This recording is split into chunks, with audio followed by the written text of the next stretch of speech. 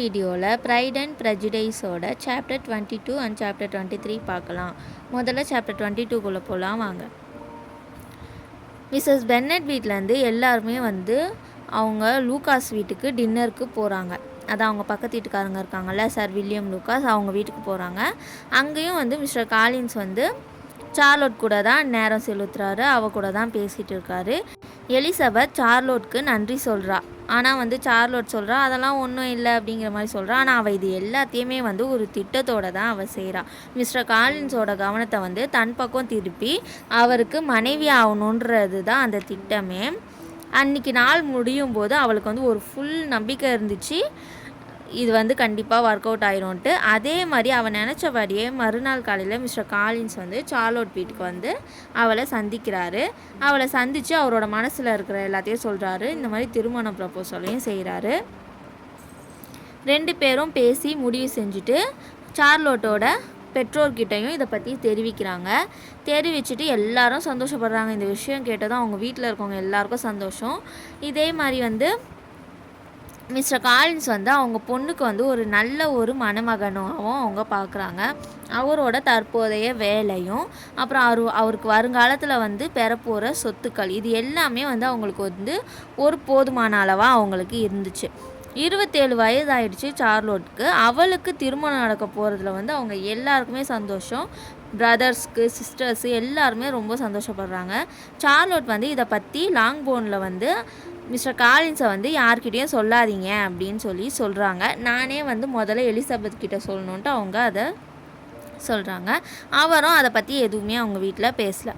மறுநாள் காலையில் mister Collins கிளம்புறதுக்கு ரெடி ஆகுறாரு. மிஸ்ஸஸ் பென்னட் ரொம்ப பணியுடன் அவர்கிட்ட பேசுகிறாங்க. திருப்பியும் வாங்க, நாங்கள் உங்களுக்காக காத்திருப்போம் அப்படின்ற மாதிரி சொல்கிறாங்க. அதுக்கு மிஸ்டர் காலின் சொல்கிறாரு, நீங்கள் என்னை அழைத்ததுக்கு நான் ரொம்ப சந்தோஷப்படுறேன், ரொம்ப நன்றி. நானும் அதை தான் எதிர்பார்க்குறேன். ஏன்னா கூடிய விரைவில் நான் திரும்பி வருவேன்ட்டு நீங்கள் உறுதியாக இருக்கலாம் அப்படின்னு சொல்லிட்டு அவர் போகிறாரு. அவங்க வீட்டில் எல்லாருமே இவர் திரும்பி வருவேன் அப்படின்னு சொன்னதில் கொஞ்சம் ஆச்சரியமாக இருக்காங்க. என்ன ஏது அப்படி சொல்லிட்டு மிஸ்ஸஸ் பென்னட் என்ன நினைக்கிறாங்கன்னா, அவர் திரும்பி அவங்களோட சின்ன பொண்ணுங்களில் யாருன்னா ஒருத்தரை தேர்ந்தெடுப்பார் அப்படின்னு ஆசைப்படுறாங்க. அதே மாதிரி மேரியை அவருக்கு கரெக்டாக இருப்பான்ட்டும் அவள் கண்டிப்பாக அவருக்கு சம்மதம் சொல்லிடுவான்ட்டும் அவங்க நினைக்கிறாங்க. ஆனால் மறுநாள் காலையில் அவங்களோட நம்பிக்கை எல்லாமே போச்சு. சார்லோட் லாங்போனுக்கு எலிசபெத் கிட்ட பேசுகிறதுக்காக தனியாக பேசுகிறா. சொன்னதும் எலிசபெத் சொல்கிறா, மிஸ்டர் காலின்ஸோட என்கேஜ்மெண்ட் ஆகிடுச்சா? சாத்தியமே இல்லை அப்படின்ட்டு எலிசபெத் ரொம்ப ஷாக் ஆகிறா. அதுக்கு சார்லோட் சொல்கிறா, எதுக்கு ஆச்சரியப்படுற எலிசா? உனக்கு அவரை பிடிக்கலன்னா வேறு எந்த பொண்ணுக்கும் பிடிக்காதுன்னு நினச்சியா அப்படின்ட்டு அவங்க கேட்குறாங்க. எலிசபெத் அப்போ தான் அவளுக்கு புரியுது. அவள் டக்குன்னு ஒரு மாதிரி இதுவாக பேசுனது அவளுக்கு புரியுது. அப்புறம் கொஞ்சம் அவளையே கொஞ்சம் உறுதியாக வச்சுட்டு சொல்கிறா, இந்த விஷயம் எனக்கு சந்தோஷம். அப்புறம் நீயும் எல்லா விதமான மகிழ்ச்சியும் உனக்கு கிடைக்கணுன்றது தான் நானும் ஆசைப்பட்றேன் அப்படின்ட்டு அவள் சொல்கிறா.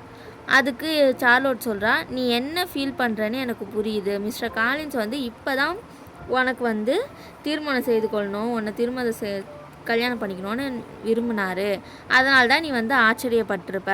ஆனால் இதெல்லாம் நீ பொறுமையாக யோசிச்சா உனக்கு கண்டிப்பாக புரியும்னு நான் நம்புகிறேன். நான் சும்மா அது இது சொல்லி கற்பனை பண்ணுற ஆள் இல்லைன்னு உனக்கே தெரியும். நான் ஒரு நல்ல வசதியான ஒரு வீட்டை தான் நான் எனக்கு தேவைன்னு நான் நினைக்கிறேன்.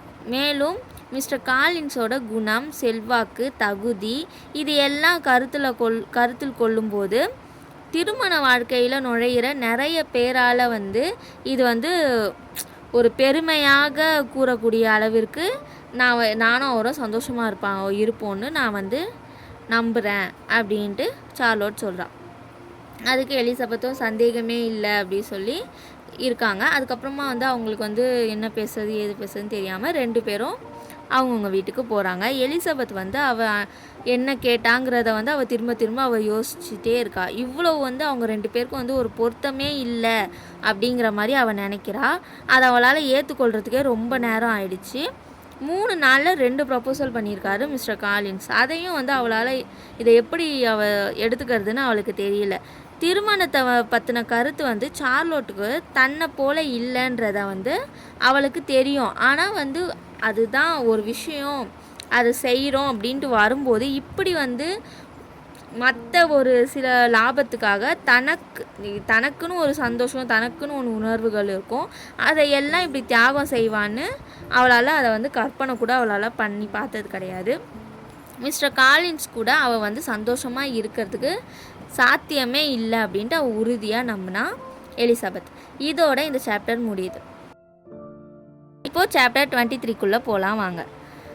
அதுக்கப்புறமா எலிசபெத் மற்றவங்க எல்லார் கூடயும் ஒன்றா உட்காந்துருக்கா. அவள் வந்து இந்த விஷயத்தை வந்து எல்லாருக்கிட்டையும் சொல்லலாமா சொல்லி அப்படியே யோசிச்சுட்டே இருக்கும்போது அங்கே சர் வில்லியம் லூகாஸ் அவங்க வீட்டுக்கு வராரு.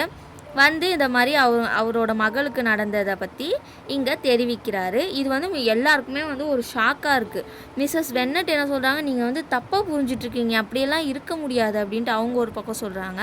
லிடியா சொல்கிறா, அவர் வந்து லிஸியை தான் திருமணம் செய்யணும்னு நினச்சாருன்னு உங்களுக்கு தெரியாதா அப்படின்னு சொல்லி அவள் ஒரு பக்கம் கேட்குறான். ஆனால் வந்து சார் வில்லியம்ஸ்க்கு வந்து இதெல்லாம் வந்து கொஞ்சம் ஒரு மாதிரி இருந்தாலும் அவர் வந்து ரொம்ப பொறுமையாக என்ன நடந்துச்சுங்கிறத விளக்கமாக அவங்கக்கிட்ட சொல்கிறாரு. இது வந்து எலிசபெத்துக்கும் கொஞ்சம் ஒரு மாதிரி இருக்குது இவங்க இப்படி பேசுகிறது. அவளும் சொல்கிறா, ஆமாம் இதெல்லாம் உண்மைதான், நானே வந்து சார்லோட் கிட்ட பேசினேன், இதெல்லாம் உண்மைதான்ட்டு அவளும் சொல்கிறான். ஜேனும் எலிசபெத்தும் வந்து சார் வில்லியமுக்கு வாழ்த்து சொல்கிறாங்க. இவங்கெல்லாம் வந்து ஒரு மாதிரி ஒரு ஷாக்கில் இருக்காங்க. அதுக்கப்புறம் அவர் வந்து போனதுக்கப்புறம் மிஸ்ஸஸ் பென்னட் வந்து ரொம்ப ஒரு தாக்கம் ஆயிடுச்சு அவங்களுக்கு. அவங்களால எதையுமே நம்ப முடியல. மிஸ்டர் காலின்ஸும் சார்லோட்டும் வந்து சந்தோஷமாகவே இருக்க மாட்டாங்க அப்படின்னு சொல்லி அவங்க நம்புகிறாங்க. எலிசபெத்து தான் இதுக்கெல்லாம் காரணம்ன்ட்டு அவன் மேலே இன்னும் கொஞ்சமும் அவங்களுக்கு கோவம் வருது. எதுவுமே அவங்கள வந்து ஒரு அமைதிப்படுத்தவே இல்லை. எலிசபெத்தை பார்க்கும்போதெல்லாம் திட்டுனாங்க. அது மாற ஒரு வாரம் ஆயிடுச்சு அவங்களுக்கு. மிஸ்டர் பென்னட் வந்து சார்லோட் வந்து இதுவரை வந்து ஒரு புத்திசாலி அப்படின்ற மாதிரி தான் அவர் நினச்சிட்டு இருந்தார். ஆனால் அவர் இப்போ எப்படி நினைக்கிறாருன்னா, தன் மனைவியை போல முட்டாள்னும் தன் மகளை விட அதிக முட்டாள் எனவும் அவர் நினைக்கிறாரு. மிஸ்ஸஸ் பென்னட் வந்து இந்த விஷயத்தில் கடுக்கடுப்பாக தான் இருக்கிறாங்க அப்படின்னு சொல்லிட்டு மிஸ் லூகாஸ்க்கு தெரியும். அதுதான் சார்லோட்டோட அம்மா, அவங்களுக்கு தெரியும். ஆனாலும் அவங்கள வந்து கொஞ்சம் வெறுப்பேற்றாமல் அவங்களால இருக்க முடியல. எப்பையும் விட வழக்கத்தை விட அதிகமாகவே லாங்போனுக்கு வராங்க. வந்து அவங்க சந்தோஷமாக இருக்கிறத வந்து சொல்கிறதுக்காகவே வராங்க. அவங்க வந்து இதை வந்து மிஸ்ஸஸ் பென்னட்டை வந்து கொஞ்சம் வெறுப்பேற்றுறதுக்காகவே இவங்க இதை பண்ணுறாங்க. எலிசபெத்துக்கும் சார்லோட்டுக்கும் இடையே ஒரு வித தயக்கம் வந்துச்சு. மேலும் இனி வந்து அவங்களால முன்பு மாதிரி இருக்க முடியாதுன்னு எலிசபெத் உறுதியாக நம்பினான். சார்லோட் கிட்டேருந்து கொஞ்சம் தூரமான அந்த நாட்கள் வந்து அவளை வந்து அவளோட அக்கா கிட்ட வந்து அதிக பாசத்தோடு இணைய செய்தது.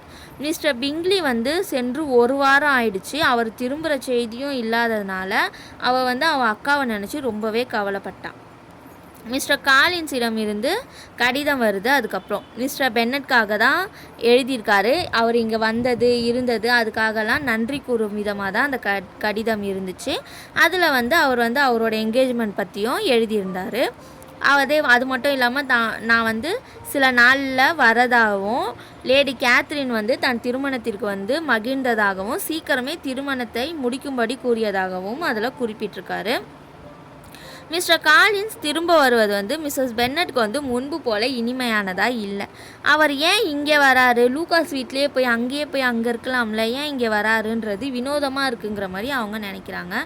மேலும் மிஸ்ஸஸ் பென்னட் வந்து இப்போ அவங்களுக்கு இதெல்லாம் சுற்றி நடக்கிறதெல்லாம் வந்து அவங்களுக்கு கொஞ்சம் உடம்பும் முடியாத மாதிரி இருக்குது, மனசும் முடியாத மாதிரி இருக்குது. இந்த டைமில் வீட்டுக்கு விருந்தினர் வருவதை அவங்க வந்து வெறுக்கிறாங்க.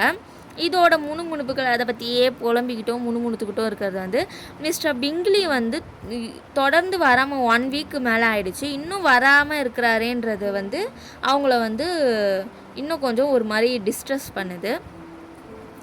ஜேனும் எலிசபெத்துக்கும் இந்த விஷயத்தை பற்றி பேசுகிறதுல ஒரு கம்ஃபர்டபுளாக அவங்களுக்கு இல்லை. இதை பற்றி அவங்க பேசுகிறதே இல்லை.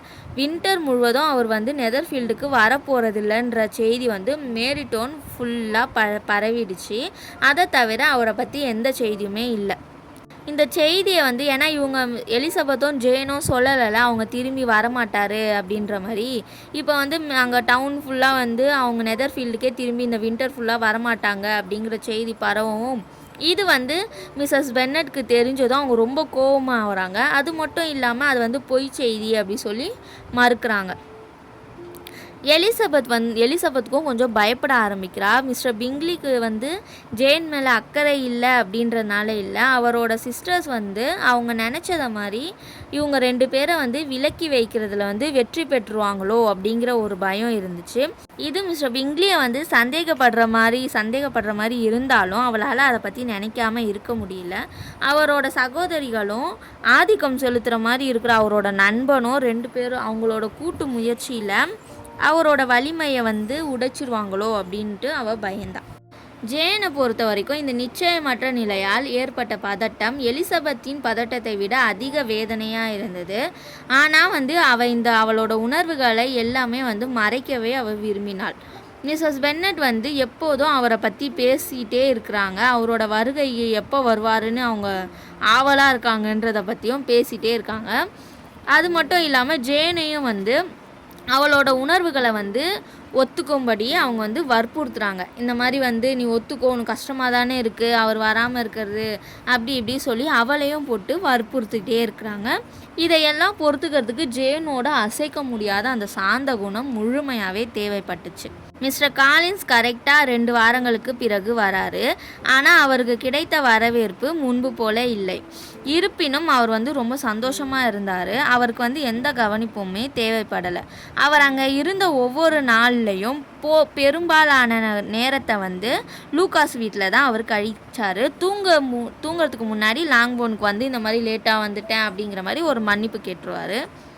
மிஸ்ஸஸ் பென்னட் வந்து எங்கே போனாலுமே வந்து இதை பற்றின பேச்சு தான் காதால் கேட்குற மாதிரி இருந்துச்சு. அது வந்து அவங்களுக்கு ரொம்ப ஒரு மன உளைச்சலை வந்து ஏற்படுத்துச்சு.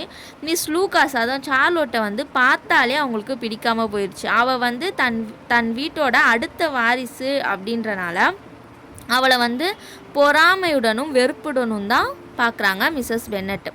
அவள் வந்து அந்த சொத்துக்களெல்லாம் எப்போ தனக்கு கிடைக்கும் அப்படிங்கிற மாதிரி எதிர்பார்த்துட்ருக்கான்ட்டும் அவள் வந்து எப்பயாச்சும் மிஸ்டர் காலின்ஸோட மெதுவாக பேசும்போதெல்லாம் மிஸ்டர் பென்னட் வந்து இறந்ததும் தன்னையும் தன் மகள்களையும் வீட்டை விட்டு வெளியேற்றத்துக்கு திட்டம் தான் போட்டுட்ருக்காங்க அப்படின்ட்டு அவங்க உறுதியாகவே நம்பினாங்க.